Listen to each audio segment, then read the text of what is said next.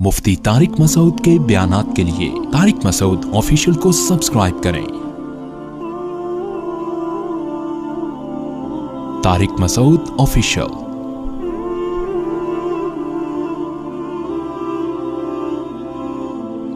سورہ فتح جو ہے یہ بڑی زبردست سورت ہے۔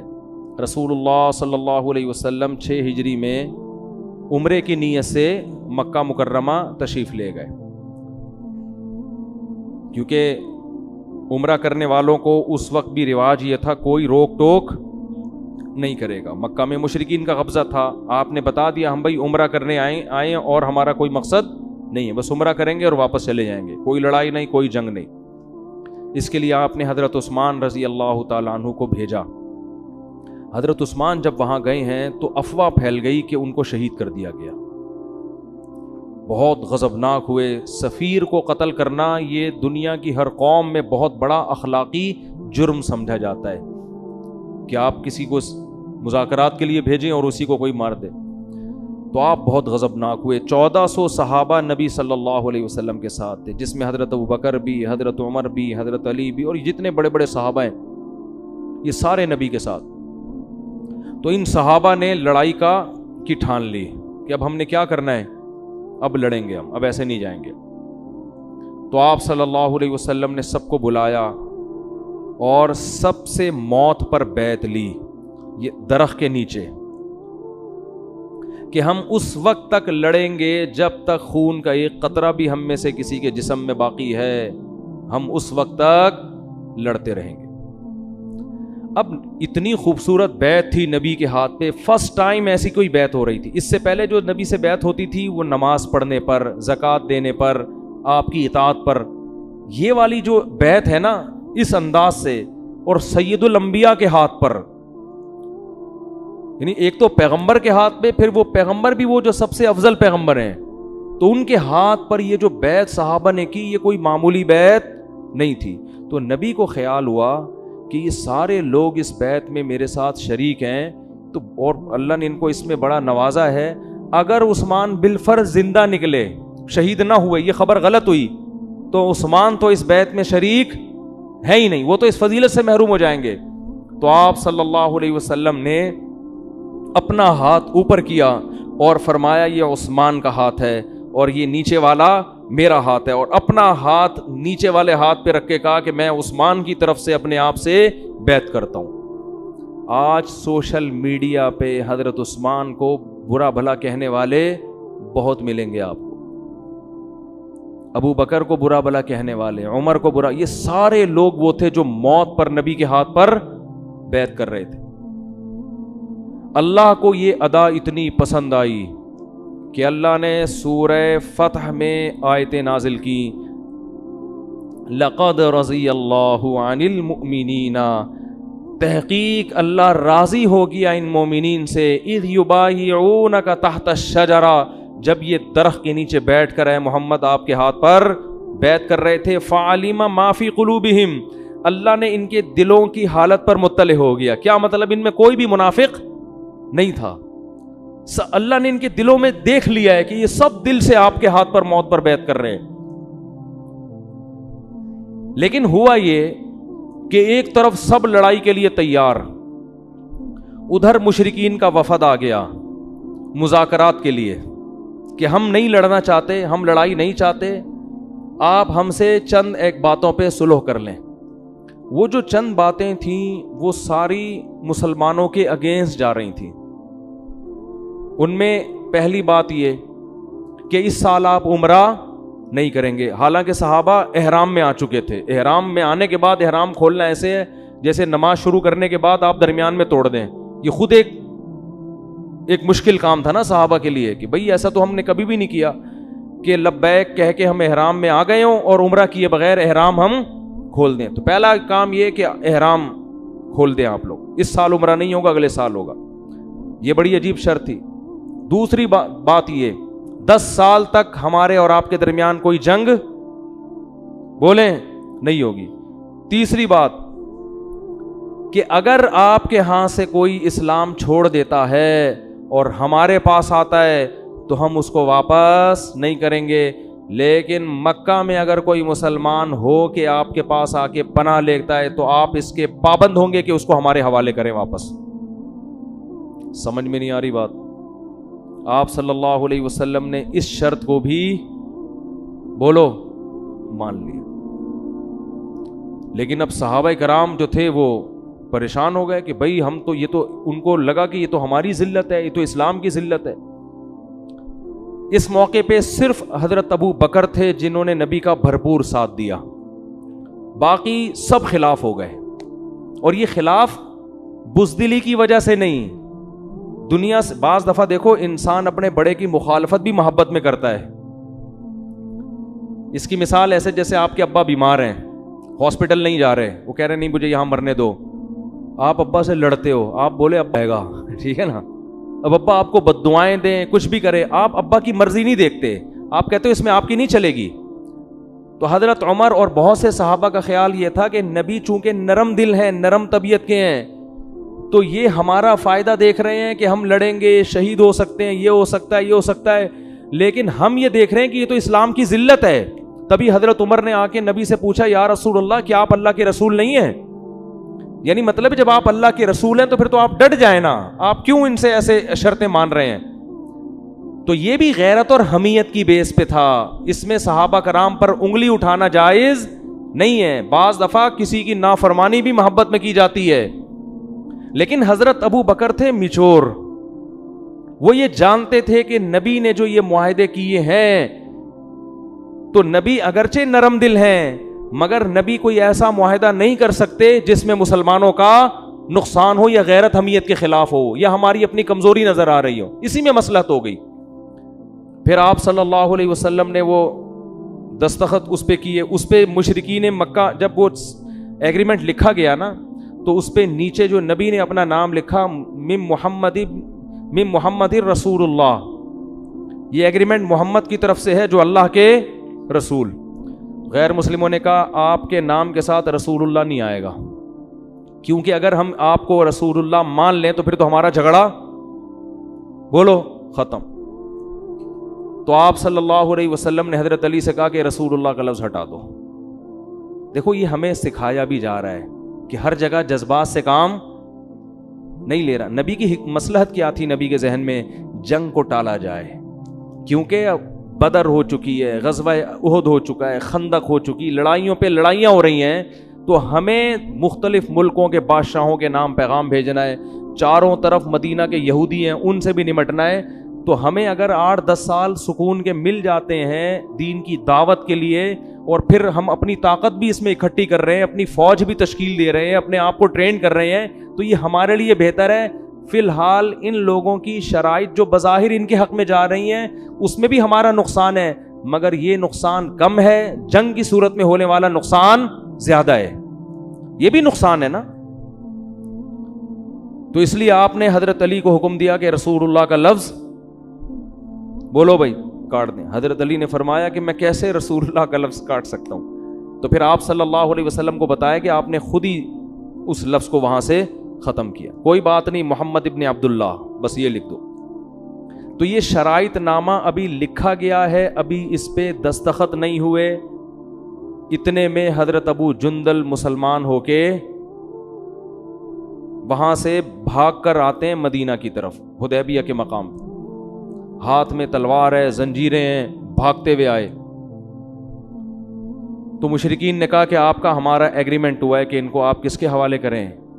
دیکھو اللہ نے بھی اس موقع پر یہ منظر دکھانا تھا دنیا کو کہ آپ صلی اللہ علیہ وسلم معاہدوں کے کتنے پابند ہیں, تاکہ یہ امت بھی معاہدوں کی پابندی کرے. کردار بھی ایک نمبر ہی چاہیے.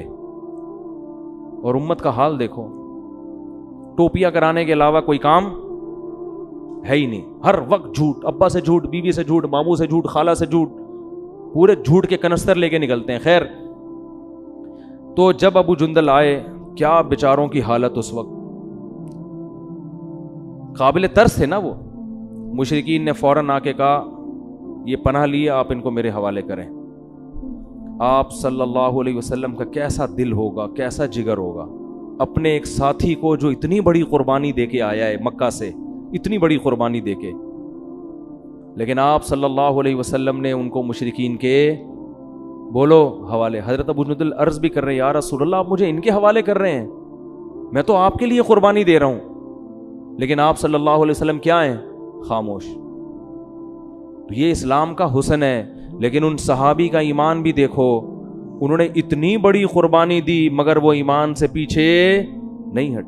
کوئی اور ہوتا ہم جیسا نالائق, ہم کہتے لو بھائی ہم تو بھاگ بھاگ کے آ رہے ہیں, بیوی بچوں کو چھوڑ کر آ رہے ہیں, اتنے سال ہم نے ان کی ماریں کھائیں, سختیاں جھیلیں, اب آپ کے پاس آئیں, آپ کو اپنے معاہدوں کی فکر پڑی ہوئی ہے, آپ کو اپنا امیج بنانے کی فکر پڑی ہوئی ہے, یہ تو معاہدہ ہی غلط ہے, یہ تو ہے ہی غیر شرعی. لیکن وہ بھی ایک لفظ اللہ ان کو بھی آزما رہا تھا اور ہمیں بتا رہا تھا کہ ایمان والے کیسے ہوتے ہیں. تو آپ نے ابو جندل کو ان کے حوالے کر دیا. اللہ نے مدد کرنی تھی, نبی کی لاش بھی رکھنی تھی. حضرت ابو جندل کو وہ 2 آدمی پکڑ کے لے گئے, ٹھیک ہے نا, ان کے ہاتھ میں تلواریں تھیں, وہ 2 پکڑ کے لے گئے, مکہ لے کے جا رہے ہیں. حضرت ابو جندل نے کہا کہ انہوں نے ایک ترکیب سوچی, انہوں نے ان دونوں کی تعریفیں شروع کر دی کہ یار تم لوگ بڑے ماشاءاللہ زبردست, اور تمہاری تلوار بھی بڑی خوبصورت, جب بھی کسی کو مکھن لگاؤ تو وہ پگھلتا ہے, تو یار یہ تمہاری تلوار کہاں ہے؟ اس نے کہا وہاں سے خریدی تھی. جیسے وہ نہیں خواتین میت میں روتے ہوئے پروگرام چل رہے ہوتے ہیں نا, کسی کے ہاں میت ہوتی ہے نا تو خواتین رو بھی رہی ہوتی ہیں اور دوپٹے اور ساڑیاں بھی چیک کر رہی ہوتی ہیں. میت ہوتی ہے, جیسے کوئی خاتون بیوہ ہو گئی تو اب جا کے رو رہی ہوں گی, ہاں منع کے ابا دنیا سے چلے گئے, بڑا افسوس ہو, بہن یہ دوپٹہ کہاں سے خریدا؟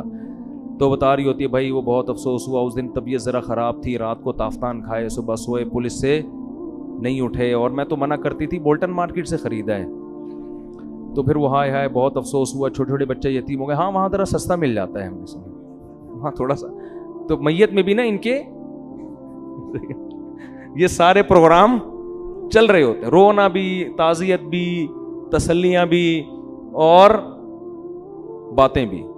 سنے آپ آئی تھی اس دن کچھ کہہ کر گئی ہے تمہاری بچی کے رشتے کے سلسلے میں, تو یہ سب باتیں ان کی چل رہی ہوتی ہیں. تو انہوں نے کیا کیا, انہوں نے ان کی تلواریں دیکھ کے کہا بھائی یہ تلواریں تو بڑی بڑی خوبصورت تلوار ہے یار, کہاں سے خریدی؟ اس نے وہ چوڑے میں آ گیا بھائی یہاں سے. انہوں نے کہا یار ذرا دکھانا کیسی ہے, وہ بھائی خوش ہو کے یہ لو یار, جیسے ہی لی انہوں نے اٹھا کے, کیونکہ انہوں نے کہا کہ میرا نبی کا آپ سے معاہدہ ہے, میرا آپ سے کوئی معاہدہ نہیں ہے, میرا تھوڑی کوئی ایگریمنٹ ہوا ہے, صحیح ہے نا. تو جیسے ہی وہ تلوار ہاتھ میں آئی, ایک کی تو گردن اڑائی, دوسرے کا مجھے ابھی تاریخ میں یاد نہیں, وہ بھاگ گیا یا وہ بھی قتل ہو گیا. اور پھر ساحل کے کنارے جا کے انہوں نے پناہ لی حضرت ابو جندل نے. ان کی یہ اطلاع جب مشرکین مکہ کے بیچ میں رہنے والے مسلمانوں کو ملی تو سب نے بولا کہ بھائی نبی کے پاس جاؤ گے تو واپس کر دیں گے, ڈائریکٹ کہاں جاؤ بھاگ کے, ہے بھائی ادھر چلے جاؤ. تو وہاں پورا ایک لشکر تیار ہو گیا جو فرار ہو رہا ہے حضرت ابو جندل کے پاس. اب انہوں نے کہا دیکھو ہمارا کسی سے کوئی ایگریمنٹ نہیں ہے, نبی سے ہے تو نبی ایگریمنٹ کی پابندی کر, ہمارا کوئی ایگریمنٹ نہیں ہے. تو انہوں نے راستے میں آنے جانے والے لشکروں کو لوٹنا شروع کر دیا. اور وہ تجارتی قافلے مشرکین کے وہاں سے گزرتے تھے. انہوں نے کہا ہم تو ویسے ہی بھوکے ہیں, تو بھائی ٹھیک ہے ہماری تم سے لڑائی. تو وہیں ان کے جو قافلہ جا رہا ہوتا شب خون مارتے. گوریلا وار میں تو آپ کو پتا ہے جو حملہ کرنے والا وہ زیادہ سیو ہوتا ہے. انہوں نے کہا ہمارا تو ویسے ہی کوئی گھر بار نہیں ہے, کوئی بھی نہیں ہے, بچے سب رہ گئے وہیں پہ, چلو یہیں پہ شہید ہو گئے تو ہو گئے. تو مشرکین نے خود ہی اس ایگریمنٹ کو بالآخر توڑ دیا. پھر نبی صلی اللہ علیہ وسلم 10,000 کا لشکر لے کر آپ نے چند سالوں کے بعد مکہ پہ حملہ کیا جب مشرکین نے اس ایگریمنٹ کو توڑا اور بغیر جنگ کے مکہ فتح ہو گیا. تو اس میں صحابہ کرام کے جذبات وقتی طور پر بڑے مجروح ہوئے تھے, لیکن پھر صحابہ نے دیکھا کہ اس فیصلے میں کتنی حکمت تھی, تو اللہ نے اس میں صحابہ کی بڑی تعریف کی. بس میں یہ کر کے بیان کو ختم کرتا ہوں. فرمایا کہ محمد الرسول اللہ والذین معہ اشداء علی الکفار, محمد اللہ کے رسول ہیں صلی اللہ علیہ وسلم اور وہ لوگ جو محمد کے ساتھ ہیں. یہ اعزاز بڑا پیارا ہے, یعنی اللہ نے صحابہ کو جو ڈیفائن کیا محمد کا ساتھی کہہ کے. آج فیس بک پر کتنا صحابہ پہ تبرع کیا جاتا ہے, کوئی حضرت ابو سفیان کو برا بلا کہہ رہا ہے, کوئی حضرت علی کو برا بلا کہہ رہا ہے, کوئی کہہ رہا ہے 5 کے علاوہ باقی سارے کیا تھے, معاذ اللہ منافق تھے. تو اللہ تو کہہ رہا ہے والذین معہ, جتنے لوگ بھی نبی کے ساتھ ہیں. ہاں جس کا منافق ہونا واضح دلائل سے ثابت ہو جائے، جس کو نبی نے کہہ دیا منافق، وہ تو ایک الگ بات ہے، جیسے عبداللہ بن ابی بن سلول منافق تھا. لیکن جتنے لوگ نبی کے ساتھ ہیں، قرآن کیا کہہ رہا ہے؟ اشداء علی الکفار، کہ یہ کافر جو اسلام دشمن کافر ہیں ان پہ بہت سخت ہیں. رحماء بینہم، آپس میں رحم دل ہیں. تراہم رکعا سجدا، اے مخاطب تو اگر ان صحابہ کو جا کے دیکھ لے اپنی آنکھوں سے تو تو ان میں سے کسی کو رکوع میں دیکھے گا، کسی کو سجدے میں. یبتغون فضلا من اللہ ورضوانا، اللہ فرماتے ہیں ایک دور آئے گا لوگ ان کو منافق کہیں گے، ان کی عبادتوں کو کیا کہیں گے کہ یہ منافق ہیں، یہ اللہ کے لیے نہیں پڑھتے تھے، یہ منافق تھے. اللہ فرماتے ہیں میں قرآن میں یہ بات نازل کر کے بتا رہا ہوں کیونکہ دل کی حالت اللہ کے سوا کوئی بھی نہیں جانتا. اللہ کہتے ہیں یبتغون فضلا من اللہ ورضوانا، کہ تمہاری نماز، تمہارے سجدے اور تمہارے رکوع میں تو شک ہو سکتا ہے کہ اللہ کے لیے، یہ دنیا کو دکھانے کے لیے، لیکن جو محمد کے ساتھی ہیں وہ جب رکوع سجدہ اور نماز پڑھتے ہیں تو اللہ کے فضل کے علاوہ کوئی اور چیز تلاش کرنا ان کے پیش نظر نہیں ہوتا. فرمایا سیماہم فی وجوہہم من اثر السجود، اور فرمایا کہ ان میں اتنا اخلاص ہے کہ تم اگر محمد کے ساتھیوں کو دیکھ لو تو تمہیں ان کے دل کا اخلاص ان کے چہروں پہ نظر آئے گا. ان کے چہروں سے جو خشوع اور خضوع ٹپکتا ہوگا وہ تمہیں بتائے گا کہ یہ کسی منافق کا چہرہ نہیں ہو سکتا. آگے اللہ فرماتے ہیں ذالک مثلہم فی التوراۃ، سجدے کے آثار ان کے چہروں پر. اور اللہ فرماتے ہیں میں نے تورات میں یہ بات لکھ دی تھی کہ آخری پیغمبر جو آئے گا جس کا نام محمد اور احمد ہوگا، اس پیغمبر کی علامتوں میں سے یہ علامت ہے کہ اس کو جو ساتھی ملیں گے ان ساتھیوں میں یہ علامتیں پائی جائیں گی جو اس کی علامت ہوں گی کہ واقعی یہ پیغمبر اللہ کے وہی پیغمبر ہیں جن کی اللہ نے بشارتیں دی ہیں. صحابہ کرام رسول اللہ صلی اللہ علیہ وسلم کی نبوت کی دلیل ہیں قرآن کے مطابق. اللہ فرماتے ہیں ذالک مثلہم فی التوراۃ، ہم نے تورات میں لکھ دیا تھا کہ محمد کو جو ساتھی ملیں گے صلی اللہ علیہ وسلم وہ بنی اسرائیل والے ساتھی نہیں ہوں گے، وہ ویسے نہیں ہوں گے جیسے موسیٰ کو ملے، جیسے عیسیٰ کو ملے، بلکہ وہ ساتھی ایسے ہوں گے کیونکہ آخری نبی ہیں تو ان کو میں ساتھی ایسے دوں گا کہ رکوع اور سجدے کے آثار اور نور ان کے چہروں پر برس رہا ہوگا. اور کیسا اللہ نے اعزاز دیا. اللہ فرماتے میں نے تورات میں پہلے سے یہ بات لکھ دی تھی کہ محمد کے ساتھی ایسے ہوں گے، تو جس کے ساتھی ایسے ہوں سمجھ لینا کہ یہ وہی نبی ہے جس کی اللہ نے خوشخبریاں دی ہیں. اور آگے اللہ نے فرمایا كَزَرْعٍ أَخْرَجَ شَطْأَهُ فَآزَرَهُ فَاسْتَغْلَظَ فَاسْتَوَىٰ عَلَىٰ سُوقِهِ يُعْجِبُ الزُّرَّاعَ لِيَغِيظَ بِهِمُ الْكُفَّارَ. فرمایا ان صحابہ کی مثال ایسے ہے جیسے کھیتی جب پہلے مرحلے میں ہوتی ہے، بہت نرم و نازک کونپلیں نکلتی ہیں، ذرا سی ہوا بھی ان کونپلوں کو تباہ و برباد کر کے رکھ دیتی ہے، پھر وہ کھیتی دم پکڑتی ہے، جان پکڑتی ہے، ہوتے ہوتے ہوتے ہوتے ایسا تناور درخت میں تبدیل ہو جاتی ہے، بڑے طوفان بھی ان کا مقابلہ اس کا کچھ بگاڑ نہیں سکتے. تو اللہ فرماتے ہیں یہ بھی ایسے ہی تھے کہ یہ پہلے جو کونپل ابو بکر کی صورت میں نکلی، عمر کی صورت میں، اور عبداللہ بن مسعود کی صورت میں، علی کی صورت میں، عثمان کی صورت میں، اس وقت یہ اتنے کمزور تھے کہ ان کے لیے اپنا وجود برقرار رکھنا مشکل. لیکن اللہ جیسے کھیتیوں کو طاقت دے کے تناور درخت میں کونپلوں کو اور پودوں کو تبدیل کر دیتا ہے، اللہ نے ان کو طاقت دے کے اتنا مضبوط کر دیا. یعجب الزراع لیغیظ بہم الکفار. فرمایا کہ دوسرے کسان اس کھیتی کو دیکھ کر جل رہے ہیں، حسد کا شکار ہو رہے ہیں اور تبصرے کر رہے ہیں. تو اللہ فرماتے ہیں کہ جتنے بھی اسلام دشمن ہیں ان کی طاقت، ان کی شوکت اور ان کی قوت کو دیکھ کر اسی طرح جلتے ہیں جیسے ایک کسان دوسرے کسان کی کھیتی کو دیکھ کر جلنا شروع کر دیتا ہے.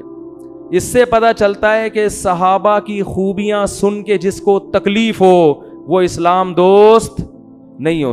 جس کو حضرت معاویہ کے فضائل سن کر تکلیف ہو رہی ہے وہ اسلام دوست. میں حضرت معاویہ اور ابو سفیان کا نام کیوں لے رہا ہوں؟ صحابہ میں سب سے زیادہ ہدف کس کو بنایا جاتا ہے؟ ان دو بزرگوں کو، حالانکہ یہ بھی ان آیتوں کا مصداق ہیں.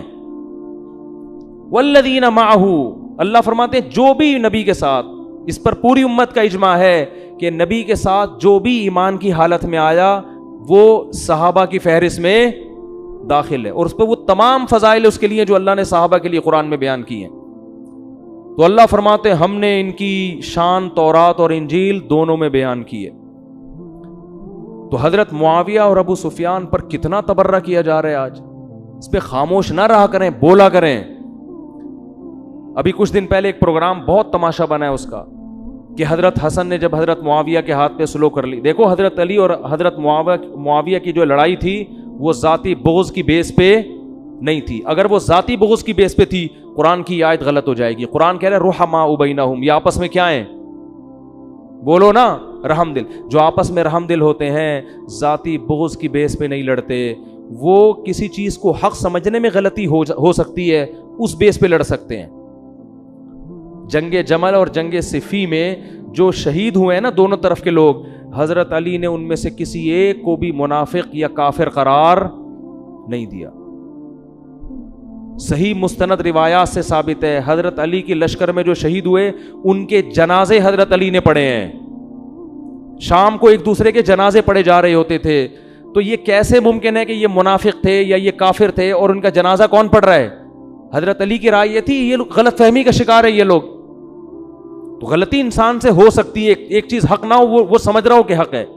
اور جب حضرت علی کے بیٹے حضرت حسن نے حضرت معاویہ کے ہاتھ پہ بیعت کر کے اس اختلاف کو ختم کر دیا, پھر اس بیس پہ حضرت اور دیکھو حضرت معاویہ کے دور خلافت میں نہ حضرت حسن کبھی حضرت معاویہ کے خلاف کھڑے ہوئے اور نہ حضرت حسین. دونوں میں سے کوئی بھی حضرت معاویہ کے خلاف نہیں کھڑا ہوا, کیونکہ جن شرائط پر صلح ہوئی تھی حضرت معاویہ نے ان تمام شرائط کا لحاظ رکھا ہے. ان دونوں بزرگوں کی زندگی میں پوری زندگی خیال کیا, تبھی یہ دونوں کبھی حضرت معاویہ کے خلاف کھڑے نہیں ہوئے. تو جب ایک اختلاف ختم کر دیا نبی کے نواسے نے, تو اس کا آپ پھر اگر اس اختلاف کو ہوا دیتے ہو اور حضرت معاویہ کو برا بھلا کہتے ہو تو آپ حضرت حسن کے ماننے والے نہیں ہو. حضرت حسن کے ماننے والے حقیقت میں وہ ہیں جو حضرت حسن کو اس اختلاف کو ختم کرنے میں فالو کرتے ہیں, جو پھر ان مسائل جنگ جمل اور جنگ صفی کو اٹھا کر حضرت علی کے مخالفین پر تان و تشنی کرتا ہے, تبرہ کرتا ہے, تو وہ حضرت حسن کے فالوورز میں سے نہیں ہے. کہ حضرت حسن کی منشا تھی لڑائی کو ختم کرنا, جب کر دی تو اب آپ کیوں اٹھا رہے ہو اس بحث کو دوبارہ, کیوں پھر تبرہ کر رہے ہو اور کیوں ایسی باتیں کر رہے ہو؟ تو دیکھو جو ان کا مسلک ہے ان پہ جچتا ہے. آپ اپنے ایمان کو محفوظ رکھو. اہل سنت والجماعت کا متفقون علیہ عقیدہ ہے کہ صحابہ میں سے کسی کو بھی برے الفاظ سے یاد کرنا جائز نہیں ہے. آپ اپنے متفقون علیہ عقیدوں کو تحقیقات کی بیس پہ برباد مت کرو, ورنہ اللہ آپ سے علم کا اور عمل کا نور چھین لے گا, آپ سے نمازوں میں خشوع چھین لے گا اللہ تعالیٰ آپ سے. بہت سخت علماء نے لکھا ہے اس بارے میں, کسی صحابی کے لیے ایسے الفاظ استعمال کرنا جن سے بے ادبی ٹپک رہی ہو, اس سے اللہ عمل کا نور چھین لیتے ہیں. عمل نہیں چھینتے, نور چھن جاتا ہے عمل کا. جو بھی صحابہ کے خلاف بولتا ہے نا, آپ کو اس کی نماز میں کبھی خشوع نظر نہیں آئے گا, اس کے چہرے پہ کبھی نور نظر نہیں آئے گا. میں لکھ کے دے رہا ہوں آپ کو. چاہے حضرت اچھا خلاف بولنے میں یہ ضروری نہیں ہے کہ کھل کے بولتا ہو, دائیں بائیں بھی گھماتا ہے نا. حضرت ابو سفیان نے اسلام کو بہت نقصان پہنچایا, لیکن جب توبہ کر لی تو نبی نے بڑا پروٹوکول دیا ابو سفیان کو. توبہ کر لی نا انہوں نے, توبہ کر لی. حضرت عمر بھی تو حضرت نبی کو قتل کرنے کے لیے نکلے تھے, لیکن جب توبہ کر لی تو اب یہ نہیں کہہ سکتے کہ عمر کا تو ارادہ قتل کا تھا اور یہ تھے اور وہ تھے. بھائی جب توبہ کر لی تو اللہ نے کیا کر دیا, معاف. اور صرف خالی پیلی کی توبہ نہیں کی ہے, حضرت ابو سفیان نے اسلام لانے کے بعد ساری زندگی میدان جنگ میں گزاری ہے کہ جو میں نے اسلام کو نقصان پہنچایا تھا اب میں لڑائی کے میدان میں لڑ کر اس نقصان کی تلافی کروں. اور حضرت معاویہ نے اتنی لڑائیاں کی ہیں, اتنا جہاد کیا, اس امت پر بہت بڑا احسان ہے حضرت معاویہ کا, بہت بڑا احسان ہے. حضرت معاویہ کے دور میں کسی غیر مسلم کی مجال نہیں تھی کہ کسی اسلامی حکومت کی طرف میلی آنکھ اٹھا کے دیکھ سکے وہ, کیونکہ حضرت ابو بکر نے آپ کو کمانڈر بنایا, حضرت عمر نے آپ کو امیر بنایا, تو یہ جانتے تھے آپ کی صلاحیتوں کو. تو ایک اجتہادی خطا ہے, وہ یہ سمجھتے تھے کہ حضرت عثمان کے قاتلوں کا انتقام جب تک نہ لیا جائے اس وقت تک میں علی کی خلافت کو تسلیم نہیں کروں گا. ان کا مقصد حضرت علی سے اختلاف نہیں, حکومت پہ دباؤ ڈال کے مطالبہ منوانا. اس میں حضرت معاویہ سے ہم مانتے ہیں کہ غلطی ہوئی ہے, لیکن یہ غلطی نفسانی خواہش کی بیس پہ نہیں تھی, اس غلطی یہ اجتہادی تھی. امی عائشہ سے بھی یہ اجتہادی غلطی ہوئی, وہ جنگ جمل میں حضرت معاویہ کے ساتھ تھیں, تو حالانکہ اس میں بھی ہم حضرت علی کو ٹھیک کہتے ہیں اور امی عائشہ کو کہتے ہیں کہ آپ سے اجتہادی غلطی, لیکن اس اجتہادی غلطی کی بیس پر امی عائشہ پہ اگر کوئی انگلی اٹھاتا ہے تو اس سے بڑا بدبخت دنیا میں کوئی نہیں. جنگ جمل کو جمل کیوں کہتے ہیں؟ جمل اونٹ پہ امی عائشہ بیٹھی تھی, حضرت علی کے مقابلے میں تھی وہ. تو یہ اختلاف شیطان نے ڈلوا دیے, اور اللہ نے ہمیں بتانا تھا کہ اختلاف میں بھی کیا کرنا ہے تم نے. اور آج جو ہم نے آیتیں پڑھی ہیں اس میں قرآن کیا کہہ رہا ہے؟ وَإِن طَائِفَتَانِ مِنَ الْمُؤْمِنِينَ اقْتَتَلُوا, مسلمانوں کی دو جماعتیں اگر آپس میں لڑ پڑیں تو ان کے درمیان صلح کرواؤ. اس میں اللہ نے بتا دیا کہ ایسا پاسبل ہے, دونوں طرف نیک پرہیزگار مسلمان ہو اور غلط فہمیوں کی بیس پر ان میں کیا ہو جائے؟ بولو, لڑائی. پھر آگے قرآن کے الفاظ دیکھیں کہ اگر صلح نہ ہو سکے فَإِن بَغَتْ إِحْدَاهُمَا عَلَى الْأُخْرَى, تو پھر دیکھو حکومت کے خلاف کون کھڑا ہوا ہے. جو حکومت کے خلاف کھڑا ہوا ہے حکومت کا ساتھ دے کے تم اس کے خلاف تلوار چلاؤ. فَإِن فَاءَتْ, اگر وہ رجوع کر لے, فَأَصْلِحُوا بَيْنَهُمَا, تو پھر قیامت تک تلوار نہیں چلے گی, پھر دونوں کے درمیان کیا کرا دو؟ صلح. اور قرآن کہہ رہے ہیں انما المؤمنون اخوۃ, یہ سب مومن آپس میں بھائی ہیں, ان میں صلح کراؤ. تو یہ اللہ دونوں فریقوں کو کیا کہہ رہا ہے؟ مومن ہیں. حضرت علی نے حضرت معاویہ کے خلاف تلوار چلائی, حضرت حسن نے کیا کی ہے؟ اس آیت پر عمل کیا کہ مومنین آپس میں بھائی ہیں, ان کے درمیان کیا کرو؟ صلح.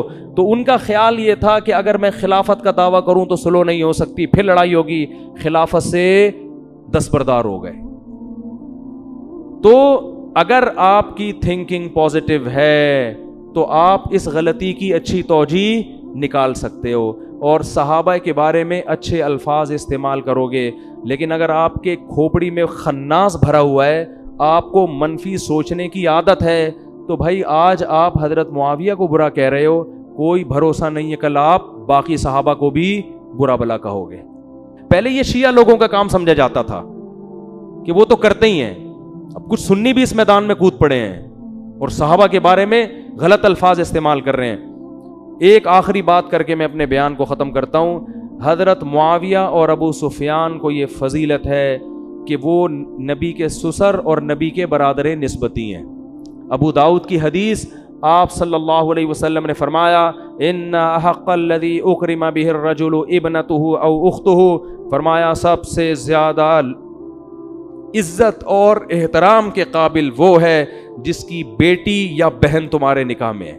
اگر کسی کی بیٹی میرے نکاح میں ہے, کسی کی بہن میرے نکاح میں ہے, تو وہ بھائی میرے لیے اور وہ باپ میرے لیے حدیث کے مطابق بہت زیادہ قابل احترام ہے. تو آپ بتاؤ جس کی بیٹی یا بہن نبی کے نکاح میں ہو وہ اس امت کے لیے قابل احترام کیوں نہیں ہوگا؟ نبی قیامت کے دن کہیں گے نہیں کہ میرے نسب کا, میری رشتہ داری کا کچھ خیال کر لیا ہوتا, میری رشتہ داری کا کچھ خیال کر لیا ہوتا. آپ کہیں گے ہم علی کی محبت میں یہ کر رہے ہیں.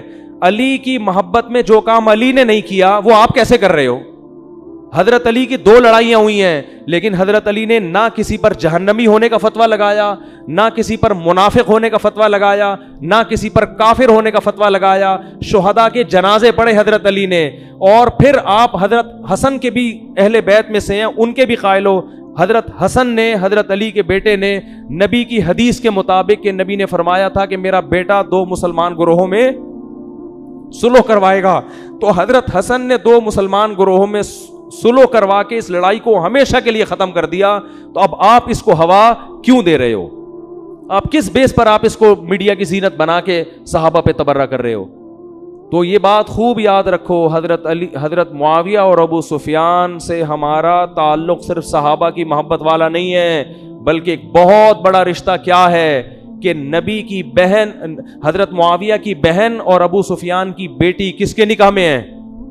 آپ صلی اللہ علیہ وسلم کے نکاح میں. یہ بہت بڑا رشتہ ہے.